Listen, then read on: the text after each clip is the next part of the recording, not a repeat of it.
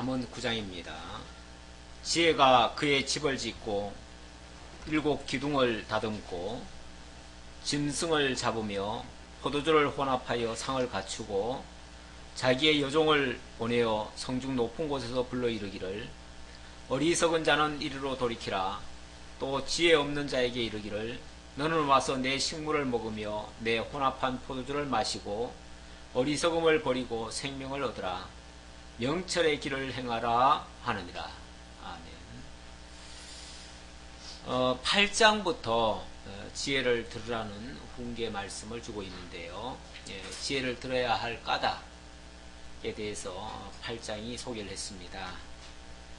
지혜가 부르는 것은 성과 정직과 진리와 의로움으로 인도하기 때문이다. 그리고 지혜의 가치는 진주보다 나와서 여호와를 경외하기 때문이다. 지혜의 열매는 정금보다 나와서 공의의 길로 행하게 하기 때문이다. 그리고 지혜의 근원은 만세전부터 있어서 창조주와 함께 기뻐하기 때문에 그렇다. 그리고 지혜의 결과는 생명을 얻고 여호와의 복에 참여하기 때문이다. 자, 이렇게 귀중한 지혜, 이 지혜를 우리가 반드시 들어야 되는데 듣지 않으니까 들으라고 권고를 합니다. 그래서 9장의 내용은 지혜를 들으라고 하는 권고의 말씀입니다. 자, 9장 1절로부터 6절까지 지혜는 잔치상을 펴고 어리석은 자에게 참여를 권고합니다. 지혜가 그의 집을 짓고 일곱 기둥을 다듬고 짐승을 잡으며 포도주를 혼합하여 상을 갖추고 자기의 여종을 보내어 성중 높은 곳에서 불러 이르기를. 자, 지혜가 집을 짓고 아주 짐승을 잡아놓고, 그러니까 잔치상을 차려놨다는 거죠. 그래놓고 너희 어리석은 자들아 이리 와서 지혜의 말씀을 들으라, 이렇게 외친다는 겁니다. 우리 예수님께서도 비유 속에서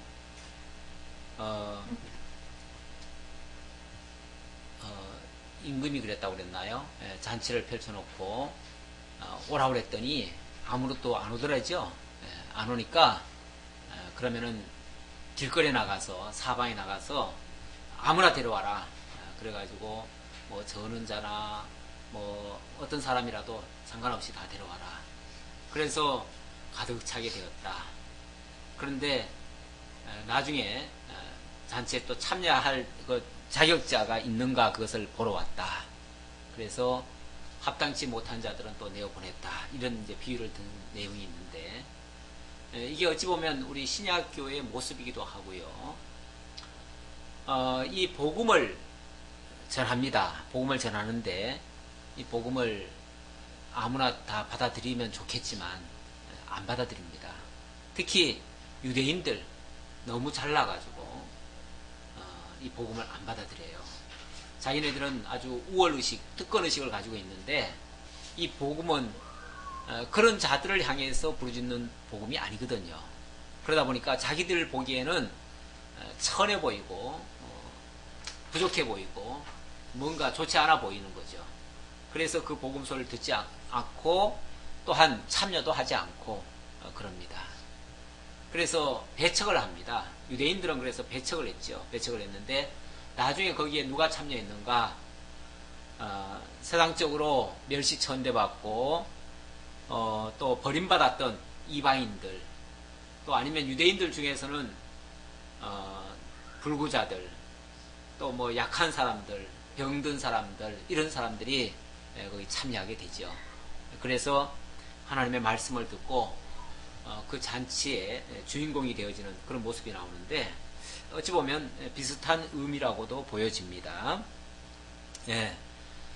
이 지혜는 끊임없이 어리석은 자와 지혜 없는 자를 향해서 이 복된 말씀을 증거를 합니다. 그리고는 간절히 호소합니다. 참여하라고. 참여하도록 하기 위해서 온갖 아주 푸짐한 잔치상까지 차려놓습니다. 짐승을 잡았다는 말은 아주 잔치에 엄청난 공을 들였다는 거죠. 또 포도주를 혼합하여 상을 갖추고 온갖 좋아할 만한 것들을 다 갖춰놨다는 거죠. 그리고 어리석은 자는 이리로 돌이키라. 지혜 없는 자에게 이르기를 너는 와서 내 식물을 먹으며 내 혼합한 포도주를 마시고 어리석음을 버리고 생명을 얻으라. 이 지혜의 말씀을 들으면은 어리석음을 버리고 생명을 얻게 되어진다. 그리고 명철의 길을 행하게 되어진다. 그러니 와서 함께 참여하자. 이렇게 권면한다는 겁니다. 그런데 교만한 자들은 이런 말씀을 듣지를 않지요. 듣지 않으니까 결국 이 말씀은 외치기는 외치지만 모두가 다 들을 수 있는 말씀은 아니라는 겁니다. 결국 들을 수 있는 자가 따로 있는데 누가 듣는가? 9장 7절부터 보니까 이 부름의 대상은요, 거만한 자들이 아니라 바로 지혜 있는 자라고 얘기를 합니다. 거만한 자들은 안 들어요. 그리고 참여하지 않아요. 거절을 해요. 그런데 지혜 있는 자는 참여를 하게 된다. 여기 지혜 있는 자는 이미 지혜를 얻었다는, 그러니까 하나님께서 지혜 주시기로 작정한 자라고도 볼 수 있죠. 그런 자들은 듣고 참여하게 되어진다. 그런 뜻입니다. 거만한 자를 징계하는 자는 도리어 능욕을 받고 악인을 책망하는 자는 도리어 흠이 잡히느니라. 참 이 남에게 뭘 전한다는 거, 권고한다는 거, 권면한다는 거 쉽지 않습니다. 분명히 권고한다, 권면한다는 말은 지금 현재 잘하고 있기 때문에 권면하는 게 아니잖아요. 그렇죠? 현재 잘못된 길을 간다든지 뭔가 어그러진 모습을 보이고 있기 때문에 그걸 바로 잡으라는 것이 권고의 내용이잖아요. 그러니까 그런 얘기를 할 때에 그걸 달게 받으면 참 좋겠지만 보람도 있고 참 기쁜 텐데 보통 이렇게 남에게 권고를 해보면은 굉장히 기분 나빠합니다. 누굴 가르치려고 듣냐, 누구에게 이렇게 해라 저렇게 해라 시키냐, 뭐 이런 식으로 오해도 하고 다른 생각을 가지고 대합니다. 그러다 보니까 정말 권하고 싶은데, 정말 주고 싶은데 이쪽에서는 정말 아무런 어떤 전제 조건 없이 그냥 주고 싶은데 듣질 않는 거죠. 마치 자기 어떻게 할까봐 그렇게 하는데, 그래서 이렇게 듣지 않고 거절하는 그런 자들에게 자꾸 전하면은요, 오히려 능욕을 받고 또 책망하다가는 흠까지 잡혀요. 다시 말하면 괜히 그 사람들한테 약점 잡혀가지고 나중에 와서는 정말 할 말도 못하게 되는 그런 경우도 생길 수 있다는 거죠. 그래서 8절에 보니까 거만한 자를 책망하지 말라. 그가 너를 미워할까 두려우니라. 거만한 자를 책망하지 말라. 원래는 뭐 잘못하고 있으니까 당연히 책망이 나가야 원칙이죠. 원칙은. 그렇죠. 당신 지금 잘못 가고 있습니다. 당신 지금 틀렸습니다. 당신 죄인입니다. 이렇게 얘기를 해야 맞는데, 그런 소리를 하면 발끈하고 내가 왜 죄인이냐, 왜 나를 시키느냐, 이렇게 이제 나오죠. 그러니까 그렇게 말을 하면은 그 사람에게 효과적으로 사실은 다가가지를 못합니다. 그리고 오히려 도로 능욕을 받을 수가 있어요. 그러니까 차라리 그런 자들에게는 책망을 하지 말래요. 책망을 했다가는 오히려 미움을 받을까 두려우니까 책망하지 말래요. 그리고는 그 다음 말씀이 지혜 있는 자를 책망하라. 그가 너를 사랑하리라. 그런데 반대로 지혜 있는 자라면, 그럼 말씀을 듣기로 작정한 자는 그 말씀을 달게 받는다는 거죠. 그러니까 복음을 우리가 전해도 꼭 이런 반응이 나옵니다. 어떻게 보면 두 가지 큰 반응이죠. 하나는 아주 적극적으로 거부하는 그런 류가 있고, 또 한 부류는 정말 그런가 해서 자기도 조금 생각을 하면서 받아들이려고 하는 자세가 있는 사람이 있습니다. 그런 사람이라면 정말 어떤 말씀을 전해도 이해가 되고 또 수긍을 하겠죠. 그러나 그런 자세가 안 돼 있는 사람은 발끈할 겁니다. 그러니까 누구에게 전할 수 있는가, 누구에게 또 책망의 말씀을 알려줄 수 있는가, 지혜 있는 자에게 알려줄 수 있다. 여기 있는 지혜 있는 자가 바로 이 권고를 받을 대상이다, 그 말이죠. 지혜 있는 자에게 교훈을 더하라. 그가 더욱 지혜로워질 것이요. 의로운 사람을 가르치라. 그의 학식이 더하리라. 참, 이 가르친다는 것도 가르치는 자의 참 애로가 그 부분입니다. 학교에서도 보면은 진짜 공부해야 될 아이들은 뒤에 처진 아이들이죠. 처진 아이들을 붙들고 더 가르쳐야 되는데 처진 아이들한테는 아무리 가르치려고 해도 사실은 잘 안 돼요. 그러다 보니까 선생들도 너무 힘들어서 처진 사람은 제껴놓고 아예 그냥 앞서가는 사람들만 붙들고 가르치죠. 너들은 따라오려면 따라오고 말려면 말하라 이런 식이죠. 이제 그게 현실적으로는 그럴 수밖에 없는 상황이에요. 안 듣는 자, 취미도 없고 배울 의욕도 없고 어떠한 의지도 없는 사람에게 가르치려고 해봤자 진만 빠지지 사실은 안 들어요. 그러니까 어쩔 수 없이 가르치는 자는 듣는 자를 향해서 전할 수밖에 없는 거예요. 듣지 않는 자를 향해서 아무리 책망해봤자 소용이 없어요.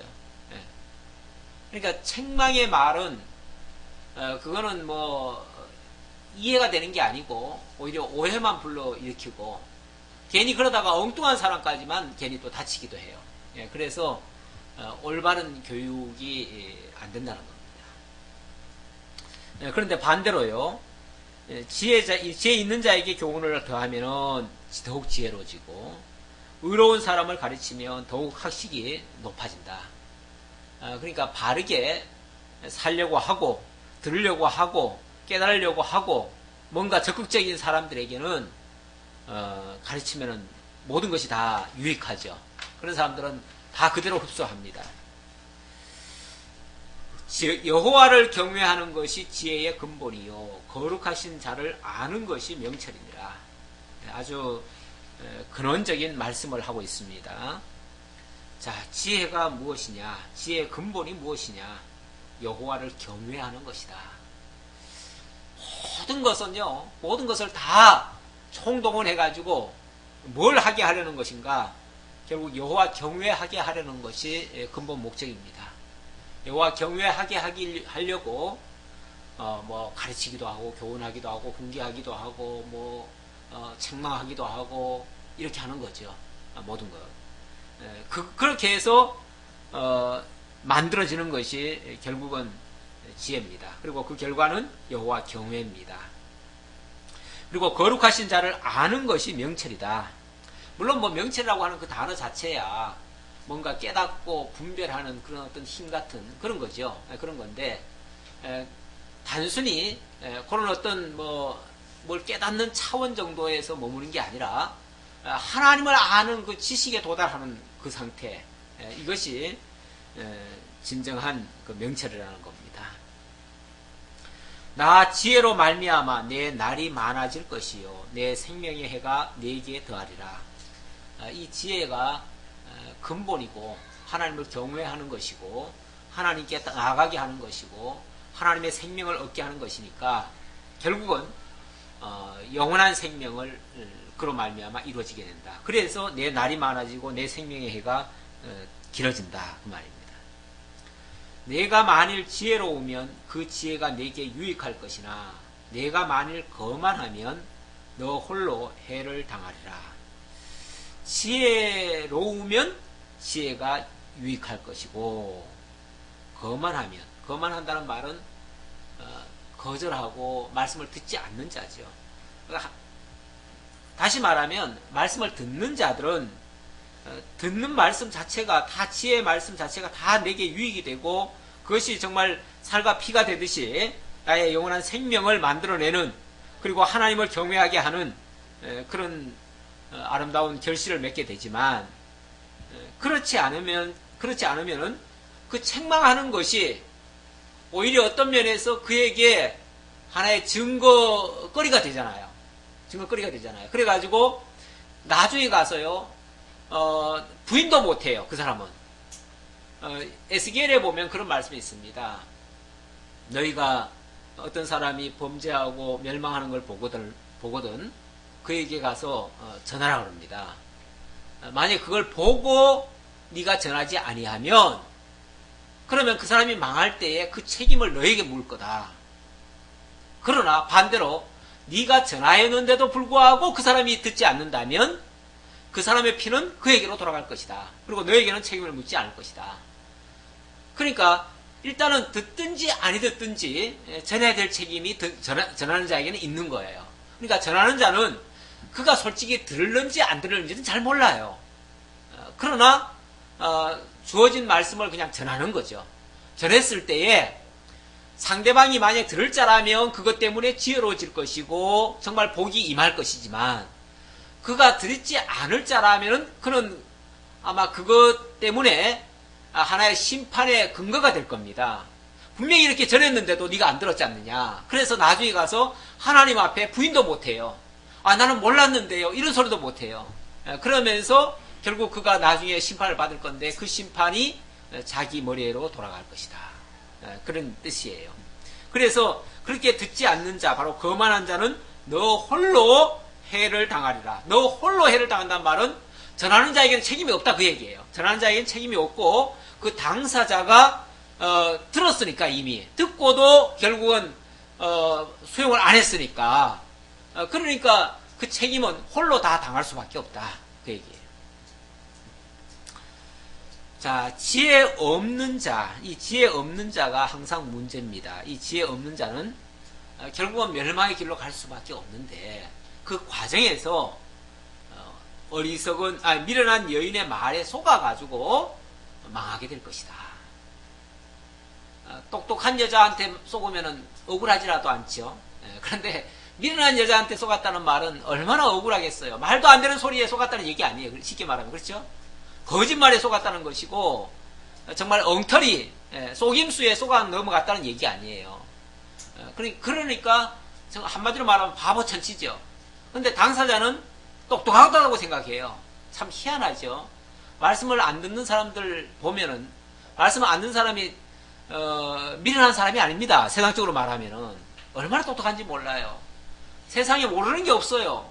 뭐 정치, 경제, 사회, 뭐 모든 문화 다 통달한 사람들일 수 있어요. 그런 사람들이 오히려 그런 사람들이 오히려 우리 보고 뭐라 그러냐면 참 종교에 빠져가지고 미쳐가지고 세상 물정도 모르고 아무것도 모른다고 이렇게 우리를 비아냥거리기도 해요.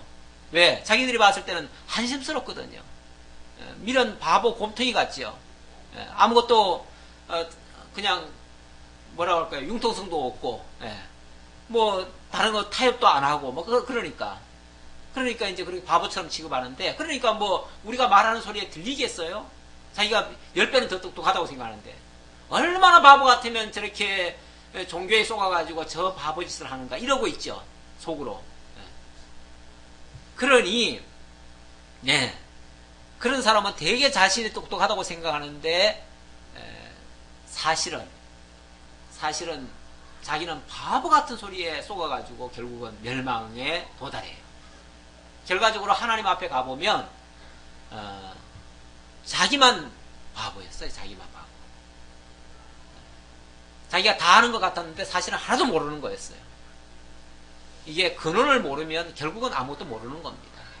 근데 근원을 알면 설령 세상에서 좀 부족해도 뭐 다른 지식은 조금 부족해도 그래도 탁월한 지식을 가지고 있는 겁니다. 하나님을 아는 지식이 가장 그래서 고상하고 가장 위대하고 가장 탁월합니다. 미련한 여인이 떠들며 어리석어서 아무것도 알지 못하고 자기 집 문에 앉으며 성읍 높은 곳에 있는 자리에 앉아서 자기 길로 바로 가는 행인들을 불러 이르되 어리석은 자는 이리로 돌이키라. 또 지혜 없는 자에게 이르기를 도둑질한 물이 달고 몰래 먹는 떡이 맛이 있다 하는도다. 우리가 봤을 때는 참 웃기는 얘기죠. 웃기는 얘기인데 세상 사람들은 이게 먼저입니다. 이게 삶의 지혜입니다. 세상 살아가는 방법입니다. 세상 사람들은 이렇게 해야 된다고 생각을 합니다. 우리만 열심히 복음을 전하는 게 아니고요. 그러니까 믿는 사람들만 복음을 전하고 하나님의 종들만 복음을 전하는 게 아니고요. 사실은 악한 자들도요. 자기네들 방식으로 유인을 하기 위해서 전합니다. 뭘 전합니까? 거짓을 전하고 진실이 아닌 걸 전하고 또 자기들 나름대로 포섭을 하기 위해서 온갖 그러면서 이제 내세우기는 과학을 내세우고 뭐 예술을 내세우고 문화를 내세우고 뭘 내세우잖아요. 자기들 나름대로 내세워 가면서 그걸로 사람들을 유인을 해요. 얼마나 좋아 보이는지 몰라요. 그런 것들이. 지금 여기 미련한 여인, 여기서 성경은 그런 사람을 가리켜서 미련한 여인이라고 얘기를 했지만 이거는 성경적 시각에서 봤을 때, 하나님 시각에서 봤을 때 미련하다고 이렇게 얘기한 거지, 세상 사람들이 봤을 때는 미련한 게 아니에요. 세상 사람들이 봤을 때는 그게 정답이에요. 그게 옳은 거예요. 그게 원칙이에요. 그 사람들 입장에서는. 그런 사람들이 얼마나 얘기를 잘합니까? 그 얘가 이제 그거 아니에요? 도둑질 한 물이 달고 몰래 먹는 떡이 맛있다. 이게 세상 살아가는 비결 중에 하나예요. 세상은 이런 수단 방법을 동원해야 잘 되는 거예요. 어떻게 정직하게만 살아요, 세상을. 그렇잖아요. 이 거친 세상에서 어떻게 정직하게만 살 수 있어요. 좀 요령도 좀 부려야 되고, 좀 방법도 써야 되고, 좀 찔러 넣어주기도 하고, 뭐 사업하는 사람이 뭐 안 찔러 넣어주고 되겠어요? 그리고 장사하는 사람이 거짓말 안 하면 되겠어요? 슬쩍슬쩍 속이지 않고 뭘 하겠어요? 그리고 또 몰래 또 빼먹어야지 그게 맛있지. 뭐 장사가 다 그런 거 아니에요? 남 속여가면서 하는 거 아니에요? 그런 게 세상의 원리라 그 말이에요. 세상에 살아가는 원리, 지혜. 그런 사람이 세상에 지금 다 성공한 것 같아요. 이제 곧 선거철인데 선거도요, 사실은 얼마나 많이 속이는지 몰라요. 모든 공약은 사실은 다 빌공짜라고 보시면 돼요. 다 거짓말이에요. 거짓말. 그거 액면 그대로 믿었다가는 다 속는 거예요. 그냥 그걸 순진하게 믿는 게 바보예요. 그냥 그거 아니려니 하고 그냥 그 어떤 중심을 봐야지, 뭘 겉으로 나서는 거 가지고 봐가지고는 전혀 믿을 수 없는 얘기입니다. 나중에 다 뒤집는 것들 보세요. 다 뒤집어요. 하나도 믿을 거 하나도 없어요. 그런데 그렇게 해야 세상은 이겨요. 세상의 방식은 그래요. 그러니까 세상에서 성공하려면 그 방법 써야 됩니다. 세상에서 성공하려면 그런 원리가 통해요. 하지만 그게 진리는 아니잖아요. 그게 참이 아니잖아요. 그게 결국은 사람을 꼬여내는 거 아니에요. 결국은 혹하게 만들지만 파멸로 이끄는 방법 아니에요. 그래서 과정은 뭐 괜찮아 보이고 또 약간의 그 달콤한 열매도 맺는 것 같지만, 하나님 앞에 가보면 그 마지막 결실은 하나님 앞에 갔을 때 나타나니까 그거는 이제 파멸이 된다는 거죠. 자, 그런 의미에서 지금 미련한 여인이 떠들면서 지금 외치는 거죠. 외치는데 말은 똑같이 해요. 그렇죠? 아까 정말 진리를 전하는 사람 입에서도 어리석은 자는 돌이키라 이렇게 말을 했는데, 여기서도 그렇게 얘기를 합니다. 어리석은 자는 이리로 돌이키라 이렇게 말을 해요. 그러니까 여기는 오히려 거꾸로 생각하면 돼요. 정말 하나님을 따르려고 하는 자들을 향해서 이리로 와라. 이게 더 좋아. 그 말이죠. 이리 오는 게 더 좋은 거야. 나를 따라와. 그래서 기껏 시킨다는 말이 그거 아닙니까? 도둑질 한 물이 달고 몰래 먹는 떡이 더 맛있는 거야. 너 이거 먹어봐. 얼마나 맛있는데. 이렇게 얘기하는 거죠. 그런데 그것이 좋다고 언론 보면 좋아 보입니다. 실제 좋아 보여요. 훨씬 좋아 보여요. 야, 내가 여지껏 뭘 보고 살아왔던가, 왜 이런 걸 몰랐던가, 이렇게 될 수도 있어요. 이렇게 좋은 방법이 있는데, 이렇게 쉽게 성공하는 방법이 있는데 왜 그걸 몰랐던가 하고서 아마 탄식하고 그쪽으로 갈 수도 있어요. 그런데 그 결과가 어떻게 되는가? 18절에 보니까 오직 그 어리석은 자는 죽은 자들이 거기 있는 것과 그의 객들이 스올 깊은 곳에 있는 것을 알지 못하느니라. 사실은 그 길을 걸어갔던 사람들의 마지막 종착역이 다 서울이었어요. 다 멸망의 구렁텅이였어요. 다 음부였어요. 그런데 그거는 모르고 지금 눈앞에 펼쳐진 것만 보고 따라가더라, 그 얘기예요. 그러니까 진짜 지혜가 없으면 그런 자들을 따라갈 수밖에, 그 미련한 여인의 말에 쏘가 넘어갈 수밖에 없더라, 그 말이에요. 유혹자에게 쏘고 넘어갈 수밖에 없더라. 예. 이게 이제 겉으로 드러난 그 유혹거리인데, 교회도 은근슬쩍 이런 방법을 많이 지금 쓰고 있습니다. 뭐 몇 해 전부터 우리나라에도 급속히 부는 바람이 있어요. 교회 강단이 굉장히 재밌어졌어요. 그렇죠? 전에는 교회가 좀 경건하고 좀 거룩한 그런 이제 이미지를 좀 띠고 있었다면, 이제 그런 이미지는 거의 없지요. 찾아볼 수가 없어요. 찾아볼 수가 없고, 뭐 교회가 얼마나 뭐 좀 나쁘게 표현하면 시장판 같아요. 예, 시장판 같아요. 완전히 경제 논리가 다 지배하고 있고, 그리고 세상에 그런 어떤 방식들이, 그걸 일종의 슈퍼마켓, 그 무슨 방식이라고 하나요? 그런 그 슈퍼마켓에서 물건 파는 방식 있잖아요. 예, 뭐 세일 방식 그런 거 있잖아요. 뭐 그런 식의 그런 마케팅 방법을 교회에다가 끌어들여온 경우가 많습니다. 그렇게 하려니까 사람을 끌기 위해서는 우선 재밌게 해야 돼요. 재밌게 해야 돼요. 그러다 보니까 교회들마다 막 경쟁적으로 얼마나 재밌는 사람들이 많이 오는지 몰라요. 그래서 코미디언들이나 이런 사람들이 그 한몫을 잡습니다. 기독교로 전향만 하기만 하면요, 언제 그랬냐는 듯이 과거는 묻지도 않고 무조건 교회 강단에 불러들여가지고 다 강단에 세웁니다. 그래가지고 교회 강단들이 이제 코미디 장을 방불할 정도로 그런 모습을 보여요. 그래서 어떤 책이 하나 나왔는데, 뭐 교회 강단이 웃기는 유머로 채우는가, 왜 교회 강단이 웃기는 유머로 채우는가, 뭐 이런 책도 나왔다 그래. 난 읽어보지는 않았어요. 그런 책이 나왔다는 얘기만 들었어요. 뭐 보나 마나 뭐 그런 얘기지 않겠는가 싶어서 내가 안 사봤는데,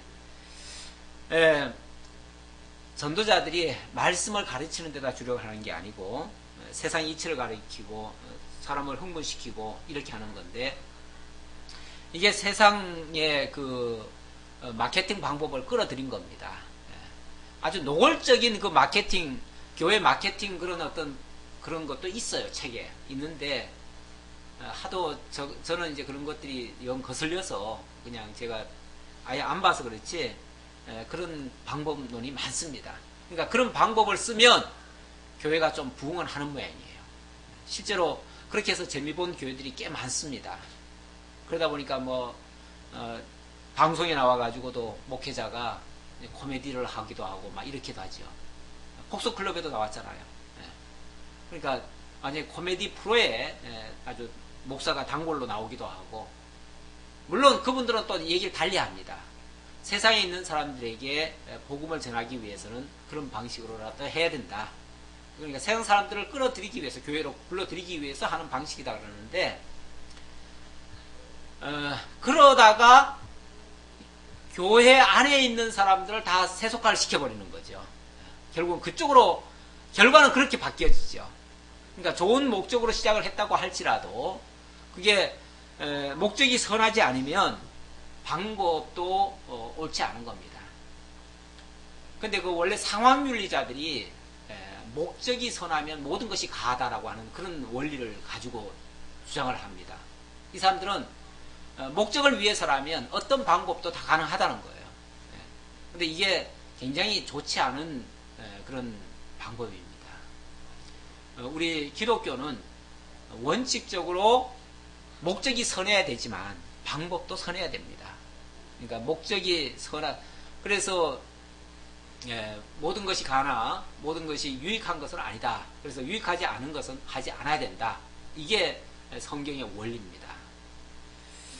자, 어쨌든 지혜 없는 자는 결국 멸망에 처하게 되어지고 지혜 있는 자는 이렇게 바르게 세워진다. 이런 말씀을 해주셨습니다. 자, 그래 놓고 자 10장부터는 본격적으로 그 지혜를 가지고 나라를 세워가는 그런 모습을 증거하고 있습니다. 지금까지는 지혜 그 자체를 얻으라. 그 지혜 자체가 이렇게 중요하다. 이걸 얘기했다면 이제는 그 지혜를 가지고 실전에 이제 나라를 세워가는 일에 사용한다는 거죠. 그렇게 하시기 위해서 하나님이 지금까지 그 밑바탕을 지금까지 지금 준비를 하신 겁니다. 준비를 하시고 이제부터 하나님의 나라를 세워가는 일을 하는데 물론 여기 잠언 자체에서는 이스라엘 나라를 세우는 이야기를 하는 거죠. 이스라엘 나라를 세우는데 이 지혜 있는 자가 필요하다. 그 얘기죠. 지혜 있는 자로 나라를 세워야 그 나라가 견고해지고 오랫동안 정말 무너지지 아니하고 이렇게 세워질 수 있다. 그 얘기를 하는 겁니다. 자, 나라를 세우시는 여호와에 대해서 22장 16절까지 하시는데요. 약속된 자손으로 하여금 지혜로 말미암아 왕가를 세우게 하시고 그리고 훈계로 말미암아 견고히 다스려 가시는 그러한 주님의 주권을 계시하시기 위해서 이 말씀을 주신 겁니다. 자, 왕가를 세우실 때에 어떻게 세우시는가? 누굴 통해서 세우시는가? 15절까지 보니까 왕가를 세울 자는요 지혜를 얻은 자, 첫 번째는 지혜 얻은 자입니다. 그 다음에는 훈계를 듣는 자, 그 다음에 여호와를 경외하는 자입니다. 근데 뭐 사실은 열거는 해놨지만은 결국은 다 같은 사람이죠. 그렇잖아요? 네. 지혜를 얻은 자가 훈계를 듣게 되고요. 훈계를 듣는 자가 여호와를 경외하게 되어지죠. 네. 그런 사람들이 결국은 이 나라를 세우는 일에 주역이 된다는 겁니다. 자, 하나님의 나라에 참여할 자를 이렇게 얘기하는데 역사적으로는 다윗과 그의 아들들이고요. 신령한 의미에서는 그리스도 안에 있는 복 있는 자들을 가리킵니다. 자, 그 나라에 참여할 그 왕을 세우는데 첫 번째 그 대상이 누구냐면 바로 지혜 얻은 자입니다. 지혜 얻은 자. 지혜 얻은 자를 세우기 위해서 지혜로운 아들과 미련한 아들을 구분을 합니다. 아들이라고 무조건 세울 수는 없죠. 아들 중에서도 지혜로운 아들을 세워야죠. 그래서 다윗도 아들이 많았습니다. 다윗이 장가를 여러 번 갔어요. 그래가지고 자식을 많이 낳았거든요. 그런데 앞에 숱한 그 자식들 다 내팽개치고 뭐 한 9번째, 내 계산으로는 9번째인데 정확히는 모르겠어요. 한 9번째 되는 솔로몬이라고 하는 사람을 왕으로 세우게 됩니다. 그리고 그 솔로몬을 솔로몬의 별명을 여디디라고 그랬는데 하나님의 사랑을 받은 자고 또 지혜자라고 그랬습니다. 그러니까 결국 지혜자로 왕을 세운다 그 얘기예요. 지혜 얻은 자를 왕으로 세운다. 아무나 세우는 게 아니라 그 말이에요. 자식이라고 무조건 세우는 거 아니라 그 말이에요. 지혜 있는 자를 세워야 그 나라가 견고해지기 때문에 그래서 반드시 전제 조건으로 하나님께서 지혜를 얻게 하신다. 그 얘기입니다. 자, 누가 지혜로운 아들인가? 10장 1절입니다. 솔로몬의 잠언이라. 뭐 솔로몬의 잠언이란 말은 1장 1절에서도 했지만 다시 한번 강조를 하는 거죠. 지금 이제 단원이 어떻게 보면 좀 바뀌니까 다시 한번 강조하고 들어가는 얘기예요. 자, 이제 본론을 얘기합니다. 지혜로운 아들은 아비를 기쁘게 하거니와 미련한 아들은 어미의 근심이니라. 불의의 재물은 무익하여도 공의는 죽음에서 건지느니라. 여호와께서 의인의 영혼은 줄이지 않게 하시나 악인의 소욕은 물리치시느니라. 손을 게으르게 놀리는 자는 가난하게 되고 손이 부지런한 자는 부하게 되느니라. 여름에 거두는 자는 지혜로운 아들이나 추수 때에 자는 자는 부끄러움을 끼치는 아들이니라. 뭐 다 제각각 얘기하는 것 같죠? 제각각 얘기하는 것 같은데 사실은 큰 틀에서 보면 누가 지혜자고 누가 미련한 자인가를 지금 설명하는 거예요. 그러니까 다 같은 얘기예요. 같은 얘기를 좀 다른 측면에서 보는 거죠. 지혜라고 하는 게 뭐 딱 하나로 볼 수 있는 게 아니잖아요. 딱 하나로 볼 수 있는 게 아니고 이런 측면 저런 측면에서 다 볼 수 있는 거죠. 그래서 여러 가지 측면을 보는데, 일단 대원칙은 그렇습니다. 원칙은 지혜로운 아들은 아비를 기쁘게 하지만 미련한 아들은 어미의 근심거리가 되어진다. 우리는 아들 낳았다고 하면 무조건 그냥 무슨 복덩어리가 들어온 줄 알고 다 미역국 끓여가지고 그냥 푸짐하게 다 먹지만, 사실은 그 아들이 나중에 가서 원수덩어리가 될지도 몰라요. 그래서 나중에 보면은 이 자식이 아니라 그냥 왼수다고 이렇게 또 얘기하는 사람도 가끔씩 있어요. 그러면은 자식이라고 무조건 복덩어리는 아니다. 자식이라고 무조건 지혜자는 아니다. 이거죠. 정말 그가 아버지를 기쁘게 하고 정말 어머니의 말씀에 정말 순종하는 이런 사람이라면 당연히 복덩어리가 맞지요. 원칙은 그게 맞는 얘기인데, 그러나 실제로는 그렇지 않은 자가 많다는 거죠. 그래서 막 그 어머니가 그렇게 훈계를 하는데도 듣지도 않아요. 거부를 해요. 지 마음대로 살아요. 거만하게 살아요. 그러니까 그냥 늘 골칫덩어리죠. 나중에 가서는 이러지도 저러지도 못하고 물릴 수도 없고 그냥 원수덩어리로 남는 거죠. 그러니까 어미의 근심거리가 된다는 거지. 근심거리가 된다. 그래서 그걸 좀 더 구체적으로 누가 지혜자고 누가 어리석은 자인가를 설명하기 위해서, 불의의 재물은 무익하여도 공의는 죽음에서 건지느니라. 불의의 재물은 당연히 그건 악인이 추구하는 거죠. 악인이 추구해서 얻어내는 것들이 불의의 재물이죠. 의인은 공의는 죽음에서 건지느니라 했는데, 의인은 공의로 가는 거죠. 그런데 그 공의를 따르다가 어려움에 처할 수도 있지만, 그러나 그것은 오히려 죽음을 미연하는 일이다. 실제로는 그게 사는 길이다. 그 얘기죠. 그리고 의인의 영혼은 줄이지 않게 하시나 악인의 소욕은 물리치시느니라. 의인은 당연히 그 지혜로운 아들을 얘기할 것이고, 악인은 그 미련한 아들입니다. 그런데 미련한 아들은 막 욕심을 내가지고 엄청난 재물을 많이 취하지만 그것이 하나님께서 물리치신다. 결국은 다 무위로 돌아가게 만드신다. 그 얘기예요. 무위로 돌아가게 만드시고, 의인은 좀 덜 얻고 세상에서 좀 부족함이 있다 할지라도 그 의인의 영혼은 줄이지 않게 하실 거다. 이 재물이 많다고 해가지고 사람이 다 누리는 거 아니잖아요. 재물이 많다고 그것이 다 자기 게 아닙니다. 실제로는 재물을 가지고 있는 수량이 중요한 게 아니고 그 가지고 있는 내에서 얼마나 효과적으로 그걸 잘 사용할 수 있느냐, 그게 더 중요한 겁니다.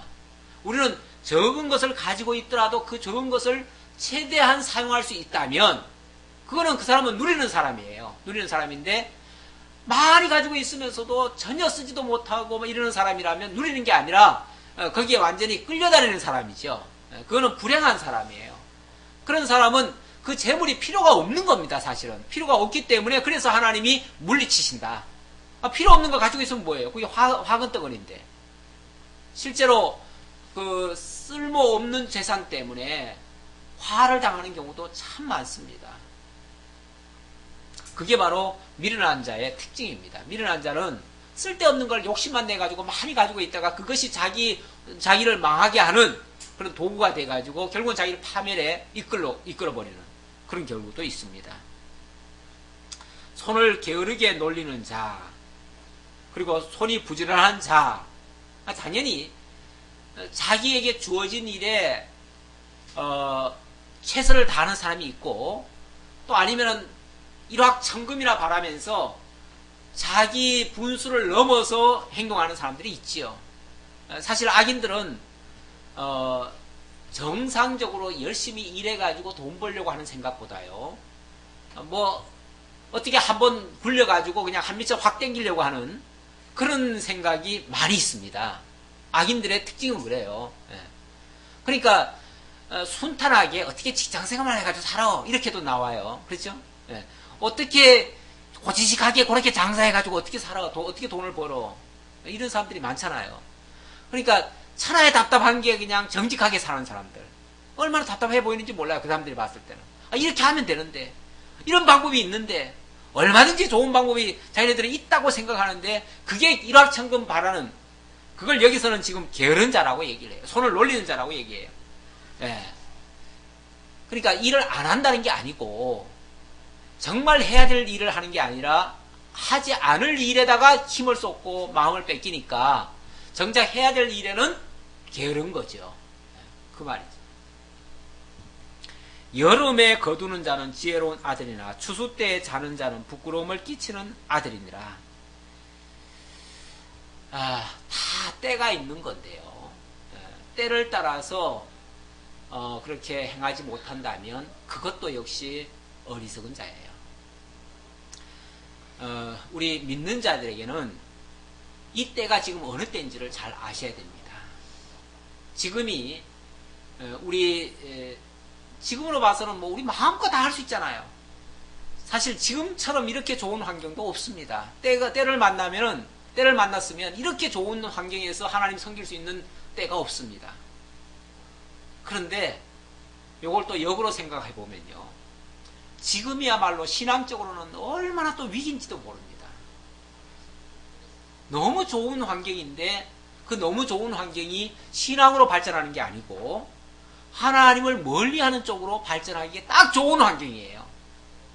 그래가지고 요 때를 우리가 인식하지 못하면 그냥 지금 얼마나 좋은데, 지금 날씨는 얼마나 좋은데, 밖에 나가면 얼마나 좋은데, 이러고 이제 막 그냥 좋은 대로 그냥 가는 거죠. 좋은 대로 하다 보면 결국 우리가 지켜야 될 그 가치를 잃어버리고 우리가 지금 붙들어야 될 부분을 지금 놓치게 되는 결과가 된다는 거죠. 때를 놓치는 거예요. 한마디로 말해서. 때를 놓치면, 여름 때를 놓치는 사람은요, 가을에 가서 수확할 게 없습니다. 그렇듯이 우리가 이 시기에, 이 가장 좋은 시기에 이걸 선용을 하지 못한다면 결국은 많은 것을 잃어버리고 마지막에 가보면은 빈털터리가 돼요. 부끄러움을 당할 수밖에 없어요. 이렇게 되어진다는 거죠.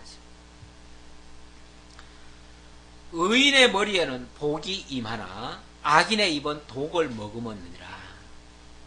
의인의 머리, 그러니까 의인은 늘 말을 한마디 하더라도 덕스러운 말을 하고 남을 생각하고 고려하고 위하고 정말 사랑하는 그러한 모습을 띠기 있기 때문에 늘 복이 임하지만 악인의 입은 독을 머금었느니라. 악인들의 그 생각들은요, 함께 잘 사는 이런 생각이 없습니다. 함께 잘 사는 게 없고요, 내가 이겨야 돼요. 내가 승리를 해야 돼요. 내가 최고가 돼야 돼요. 그렇게 하기 위해서는 때로는 수단 방법도 가리지 말아야 되고, 그렇게 하기 위해서는 남을 꺾어야 돼요. 그렇잖아요. 세상은 지금 이 하나님을 배제한 세상의 모습은요, 적자 생존의 세계입니다. 그렇죠? 힘 있는 자가 강자가 되는 거예요. 내가 힘을 기르기 위해서는 상대방을 밟고 넘어서야 돼요. 상대방을 이겨야 돼요. 남 이렇게 붙들어주면서 남 세워가면서 내가 잘 될 수는 없어요. 그러니까 상대방에 대해서는 깔아뭉개야 되고요, 악평을 해야 되고요, 자기는 자랑을 해야 되고요, 이렇게 갈 수밖에 없습니다. 이게 세상의 모습이에요. 그래서 악인의 입은 독을 머금었다고 말을 합니다. 의인을 기념할 때에는 칭찬하거니와 악인의 이름은 썩게 되느니라. 의인을 기념한다는 말은 앞선 믿음의 선진들이 어떻게 살았는가를 한번 생각해 보세요. 그리고 그들의 결말이 어떠했는가를 보세요. 그걸 보면은 우리가 어떻게 살아야 되는가에 대한 해답이 나오죠. 그 앞선 믿음의 선진들이 그 악조건 속에서도 신앙을 버리지 아니했고 타협하지 않았고 세속에 무너지지 않았습니다. 그런데 그 결말이 어떻게 됐는가? 하나님의 영광에 참여하게 되었어요. 그런데 그렇게 잘난 것처럼 온갖 수단 방법 가리지 않고 모든 것을 다 동원해가지고 쟁취했던 그 악인들의 그 결말은 어땠는가? 그 결말은 비참했지요. 그러니까 여기 악인의 이름은 썩게 되는 이라고 그랬는데 그거는 뭐 끝났다는 얘기예요. 썩으면 끝나는 거 아니에요? 끝난 거예요. 마음이 지혜로운 자는 계명을 받거니와 입이 미련한 자는 멸망하리라. 마음이 지혜로운 자. 그러니까 지혜롭다는 의미는 우리 인간의 입장에서는 진짜 지혜자가 어디 있겠어요. 그렇죠? 진짜 온전한 지혜자가 어디 있겠어요. 다만 그 마음 중심이 하나님을 향하고 하나님의 말씀 앞에 좀 겸손하고 그 말씀을 들으려 하고 순종하려 하고 그리고 그대로 살아가려고 하는 그런 자세라면 그 마음 자체가 말이에요. 그 방향이 그렇다면 그런 사람에게 하나님의 말씀이 들려질 때에 잘 받게 되어지죠. 받아서 그것이 이제 하나씩 하나씩 그의 재산이 되는 거죠. 체득화가 되어지는 거죠. 그래서 그런 지혜의 열매를 얻게 되지만 미련한 자는 멸망을 하게 될 것이다. 듣지도 않을 것이며 결국은 파멸의 길로 가게 될 것이다. 바른 길로 행하는 자는 걸음이 평안하려니와 굽은 길로 행하는 자는 드러나리라. 그 마지막 결말은 결국 어디로 가느냐가 중요하잖아요. 어디로 가느냐. 바른 길로 행하는 자들은 정말 하나님을 향해서 가는 거기 때문에 한 걸음 한 걸음 가는 것마다 더 주님 앞에 가까이 가게 되어지고 그러니까 그 길은 평탄한 길이 되어지지만 그러나 굽은 길로 행하는 자는 그 부끄러움이 다 드러날 수밖에 없다. 결국 멸망의 길로 치달을 수밖에 없다. 인생의 그 본분과 삶의 의미도 모른 채 살아가게 되어지면 결국 불의와 더불어 살아가는 자라면 결국 그의 삶은 인생의 삶이 아니라 짐승의 삶과 다를 바 없다는 겁니다. 자, 그 다음 10절로부터 21절까지 지혜로운 여인의 입과 미련한 악인의 입. 오늘은 여기까지 하도록 하겠습니다. 9절까지만 하고 다음에 이어서 계속 하도록 하겠습니다. 기도하겠습니다. 아버지 하나님 감사합니다. 우리를 사랑하시고 또 하나님께서 은혜를 베푸시길 원하셔서 우리의 마음을 지혜롭게 하시고 하나님을 향하게 하시고 하나님의 말씀 앞에 겸손히 순종하게 하시오니 참으로 감사드립니다. 세상의 미련한 자들이 얼마나 달콤한 것으로 우리를 유혹하는지 모릅니다. 그럴 때 우리의 마음이 지혜로워서 그것을 분별할 줄 알게 하시고 명철하게 참된 지혜와 거짓 것을 잘 구분해서 참된 지혜만을 따라갈 수 있도록 참된 지혜의 말씀만을 따라갈 수 있도록 그래서 참된 지혜자의 길을 걸어갈 수 있도록 하나님 인도해 주옵소서. 악한 자들의 그 유혹에 우리의 마음이 빼앗기지 않게 하시고 또 게으름과 나태함으로 일확천금을 기대하는 어리석음을 범치 않도록 인도해 주옵소서. 정말 하나님의 길이 하나님께서 교훈하시는 지혜의 길이 얼른 생각하면 좀 어렵고 힘든 그런 과정이지만 그러나 그 길이 바로 생명의 길임을 알아서 힘차게 달려갈 수 있는 참고 인내하면서 열심히 걸어갈 수 있는 저희 모두가 되도록 함께 해 주옵소서. 예수님의 이름으로 기도하옵나이다. 아멘.